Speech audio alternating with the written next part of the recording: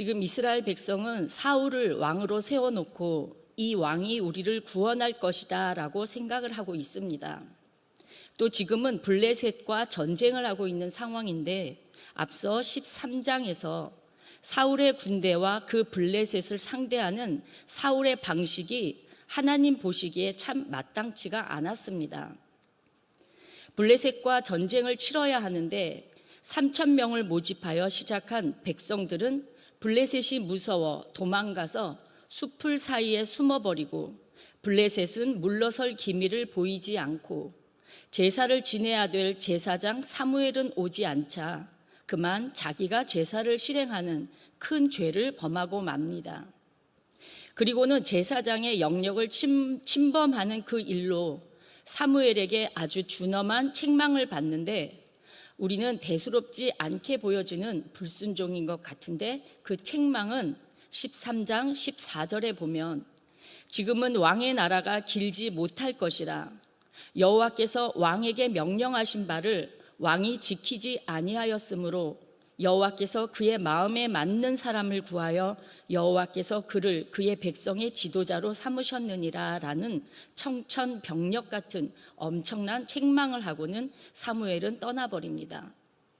이런 책망을 받았을 때 누구나 그 사람이 하는 행동을 유심히 보면 그 사람의 믿음의 수준을 짐작할 수 있습니다. 이런 상황 하에 오늘 14장 본문을 보며 사울의 신앙과 요나단의 신앙의 수준을 비교해 가면서 제가 받은 은혜를 여러분과 함께 나누고자 합니다. 본문 1절입니다. 하루는 사울의 아들 요나단이 자기의 무기를 든 소년에게 이르되 우리가 건너편 블레셋 사람들의 부대로 건너가자 하고 그의 아버지에게는 아뢰지 아니하였더라 그랬어요. 지금까지 나오지 않던 요나단이 갑자기 등장을 합니다. 지금 요나단은 그 부관으로 보이는 자기의 무기 든 사람과 딱 2명이서 블레셋에 들어가자는 것입니다. 지금 블레셋 군대는 13장 5절에 보면 병거가 3만, 마병이 6천이고 백성은 해변의 모래같이 셀 수 없이 많다고 합니다. 이스라엘의 병력에 비하면 정말 어마어마하게 많은 숫자입니다. 이런 블레셋 군대를 눈으로 보면 보통 사람은 더 이상 사울처럼 싸울 의지가 없을 수 있습니다. 그러나 요나단은 혼자서라도 가겠다는 것입니다. 왜 이렇게 혼자 가겠다고 용기를 냈을까요? 먼저 본문 6절입니다. 요나단이 자기의 무기를 든 소년에게 이르되 우리가 이 할례받지 않은 자들에게로 건너가자. 여호와께서 우리를 위하여 일하실까 하노라. 여호와의 구원은 사람이 많고 적음에 달리지 아니하였느니라. 아멘. 여러분, 지금 이 구절 어디서 많이 본 구절 아닌가요? 나중의 일이지만 다윗이 골리앗과 싸울 때 바로 동일한 생각과 말로 싸워서 이깁니다. 요나단은 블레셋 사람을 할례받지 않은 자라고 합니다. 또 요나단은 블레셋을 병력의 숫자로 보지 않습니다. 힘센 사람들, 키 큰 사람들, 무기가 훌륭한 사람들, 우리에게 없는 강력한 철기를 든 사람들로 생각하지 않고 할례받지 않은 자들로 보고 있습니다. 할례는 하나님의 언약입니다. 우리는 하나님의 언약을 받은 백성, 우리는 할례받은 백성이고 저들은 할례받지 않은 백성, 즉 하나님의 언약이 없는 백성으로 본 것인데 이는 철저히 요나단의 믿음에서 나온 말입니다. 다음 두 번째, 요나단은 6절 중반절에 여호와께서 우리를 위하여 일하실까 하노라. 요나단은 내가 전쟁을 하는 것이 아니라 여호와 하나님께서 누구를 위하여? 바로 우리를 위하여 일하실까 하노라. 네, 여호와 하나님께서 우리를 대신하여 싸우실 것인데 뭐가 문제냐? 우리가 저 블레셋에게 건너가자라고 하는 것입니다. 세 번째, 요나단의 믿음입니다. 6절 후반절에 여호와의 구원은 사람이 많고 적음에 달리지 아니하였느니라. 오늘날 사람들은 사람이 많고 적음에 너무 민감합니다. 그래서 교회가 부흥했다고 하면 숫자부터 물어봅니다. 그 교회 성도가 몇 명인데, 몇 명 출석하는데 몇 명으로 늘었어? 사람들은 그것을 다 숫자로 따집니다. 그런데 지금 요나단은 그 부관과 단 2명이 이 위대한 일을 해내고 있습니다. 그런데 사울은 600명이 있지만 미그론에 있는 석류나무 아래서 아무것도 못하고 앉아 있습니다. 여러분은 이 믿음 있는 용사 2명에 포함되시나요? 우리 교회는 매주 수요일마다 전도를 하고 있어요. 어떤 환경에서도 하나님의 말씀을 전하는 믿음의 용사 2명이 있기를 간절히 축원합니다. 이제 사울의 경우를 잠시 살펴보겠습니다. 지금 사울은 사무엘에게 하나님의 책망을 전해 듣고 엄청난 마음의 위축을 겪고 있습니다. 그래서 지금 어떤 상태로 있는가 하면 본문 2절입니다. 사울이 기브와 변두리 미그론에 있는 석류나무 아래에 머물렀고 함께한 백성은 600명 가량이며 아히야는 에봇을 입고 거기 있었으니 그는 이가봇의 형제 아히두베의 아들이요 비느하스의 손자요 실로에서 여호와의 제사장이 되었던 엘리의 증손이었더라. 백성은 요나단이 간 줄을 알지 못하니라 그랬습니다. 사울은 첫째 석류나무 아래 머물러 있습니다. 블레셋 군사들은 바다의 모래와 같이 많아 보이는데 사울의 군대는 3,000명에서 다 도망가고 고작 600명밖에 안 되니 숫자로 보았을 때 기가 죽을 수밖에 없지요.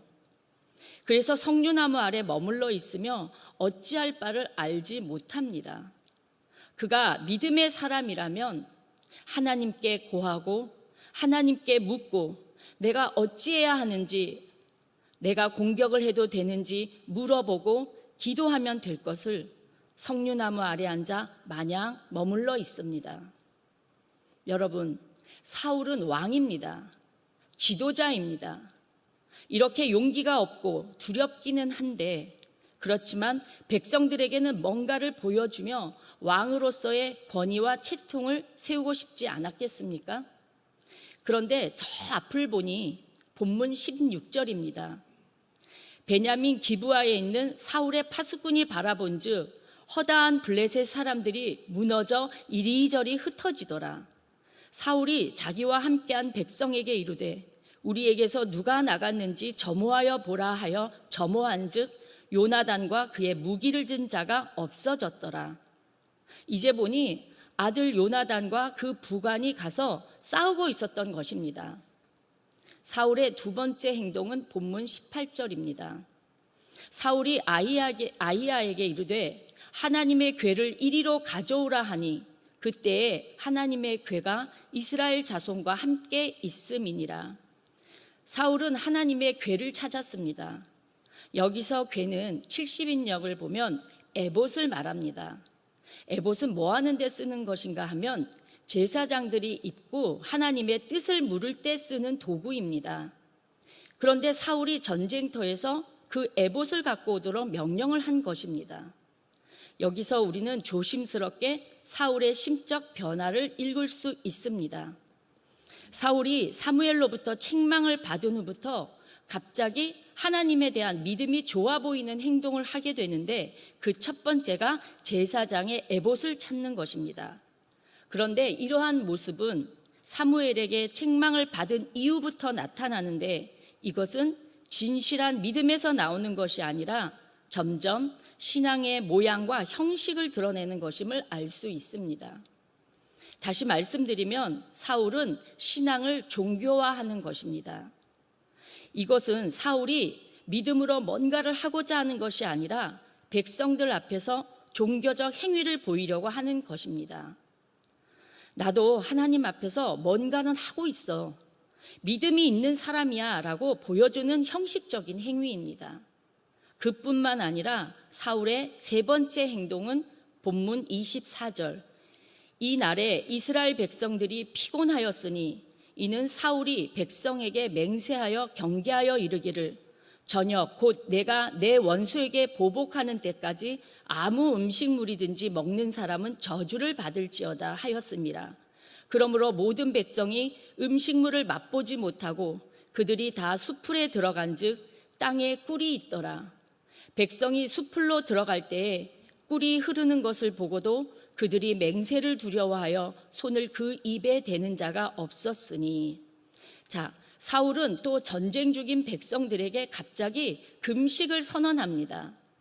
요즘 말로 하면 우리 원수 블레셋을 치는데 금식으로 마음에 단단히 무장하고 치도록 하자. 만일 누구든지 그때까지 밥을 먹으면 하나님의 저주를 받을 것이다 라고 하였다는 것입니다. 여러분, 그런데 지금 이 병사들은 무엇을 해야 될 사람들입니까? 전쟁을 해야 될 병사들입니다.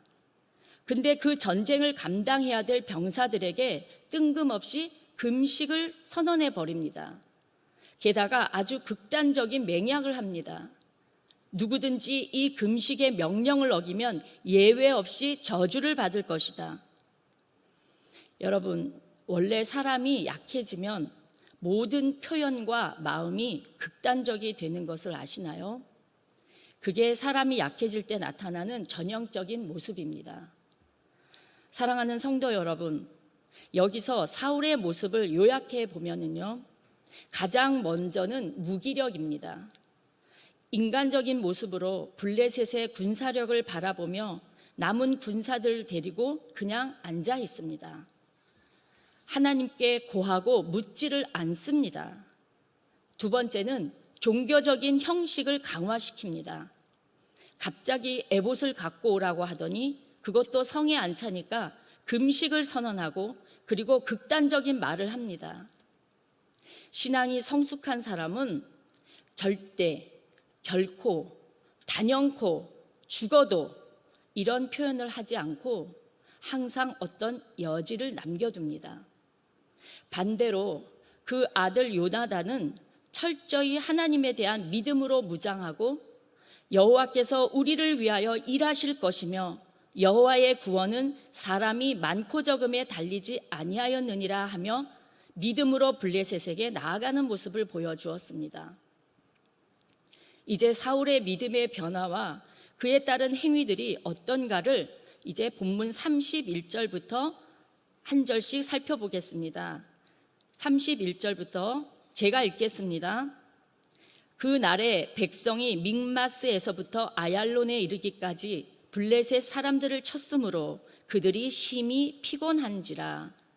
전쟁을 치른 병사들이 심히 피곤합니다. 마음의 각오를 단단히 한 의미로 금식을 선언하였지만 백성들은 배가 고파서 힘이 빠지고 지칠 대로 지치게 됩니다. 32절입니다. 백성이 이에 탈취한 물건에 달려가서 양과 소와 송아지들을 끌어다가 그것을 땅에서 잡아 핏째 먹었더니, 드디어 탈취물 중에 짐승들을 잡아다가 핏째 먹습니다. 금식이라는 극단적 행동은 또 다른 극단을 낳게 되지요. 34절입니다. 또 사울이 이르되 너희는 백성 중에 흩어져 다니며 그들에게 이르기를 사람은 각기 소와 양을 이리로 끌어다가 여기서 잡아먹되 핏째로 먹어 여호와께 범죄하지 말라 하라 하매. 여기서 또다시 그는 하나님의 율법을 잘 지키는 왕으로 보이기 위해 형식적인 종교 행위를 백성들에게 보여줍니다. 율법에 따라 동물을 핏째 먹지 말라 하며 금식을 풀어줍니다. 35절입니다. 사울이 여호와를 위하여 제단을 쌓았으니 이는 그가 여호와를 위하여 처음 쌓은 제단이었더라. 사울은 왕이 된 후로 그동안 한 번도 제단을 쌓은 적이 없었습니다. 그런데 이 전쟁을 치르면서 그는 엄청난 종교 행위를 하였으나 여호와 하나님은 그런 사울에게 속임을 당하시지 않습니다. 36절입니다.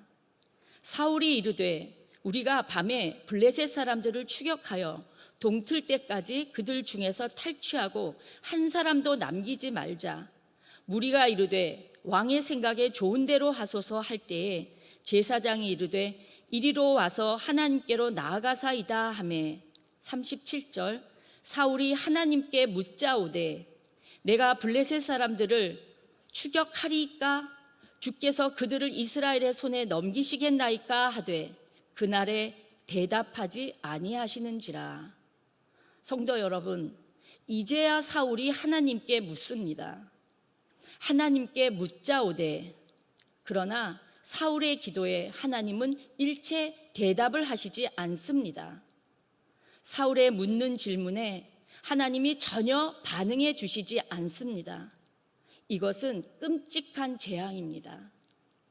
우리가 살아가는데 제일 무서운 것이 하나님이 우리와 교제를 끊어버리는 것입니다. 하나님은 지금 사울에게 아무런 대답을 하지 않으십니다. 로마서 1장 28절에 보면 그들이 마음에 하나님 두기를 싫어하며 하나님께서 그들을 상실한 마음대로 내버려 두신다고 합니다. 우리의 삶에서 가장 큰 재앙과 징계는 하나님께서 하나님과 우리와의 교제를 끊어버리시고 상실한 마음 그대로 내버려 두시는 것입니다. 이제 말씀을 맺겠습니다. 오늘 이 아침에 사무엘 14장 말씀을 보며 진정한 하나님과의 교제가 왜 필요한지, 하나님을 향한 믿음이 넘치는 요나단과 형식적인 사울의 신앙생활 사이에서 벌어지는 축복과 재앙이 무엇인지 철저한 깨달음이 있기를 바랍니다. 자칫 우리의 삶 속에서 우리는 사울과 같이 믿음의, 신앙의 종교적 형식에 얽매이지 않고 그러한 형식을 또 다른 분에게 강요하지는 않는지 철저한 반성이 필요합니다. 만일 그러한 모습을 내가 가지고 있다면, 그러한 모습이 나에게 있는 것 같다면 오늘 말씀을 통해 하나님 앞에 진정으로 회개하는 은혜의 역사가 일어나기를 바라며 오늘도 살아서 역사하시는 예수 그리스도의 이름으로 축복합니다. 기도하겠습니다. 거룩하신 아버지 하나님, 사울 왕이 아무것도 못하고 있을 때 그의 아들 요나단이 그의 무기 든 자와 함께 적진으로 뛰어들어가 단신으로 싸울 때에 하나님이 그들에게 확신을 주시고 믿음을 주시고 표적을 보여주시고 큰 지진으로 하나님이 그들과 함께 하시는 장면을 오늘 저희는 보았습니다. 주님, 이러한 놀라운 믿음의 역사가 오늘 우리 자신과 우리 교회에도 일어나게 하여 주시옵소서. 또한 하나님을 바로 알고 하나님을 바로 믿고 하나님을 바로 따르는 이 믿음을 우리의 자녀들에게, 우리의 다음 세대에게 부지런히 가르치게 하시고 우리가 먼저 좋은 본이 되게 하여 주시옵소서. 거룩하신 아버지 하나님, 세상이 너무나 혼란하고 어렵습니다. 이러한 가운데 우리가 사울처럼 무기력하지 않고 요나단처럼 하나님의 이름으로 강하고 담대하게 하여 주시옵소서. 예수님 이름으로 기도합니다. 아멘.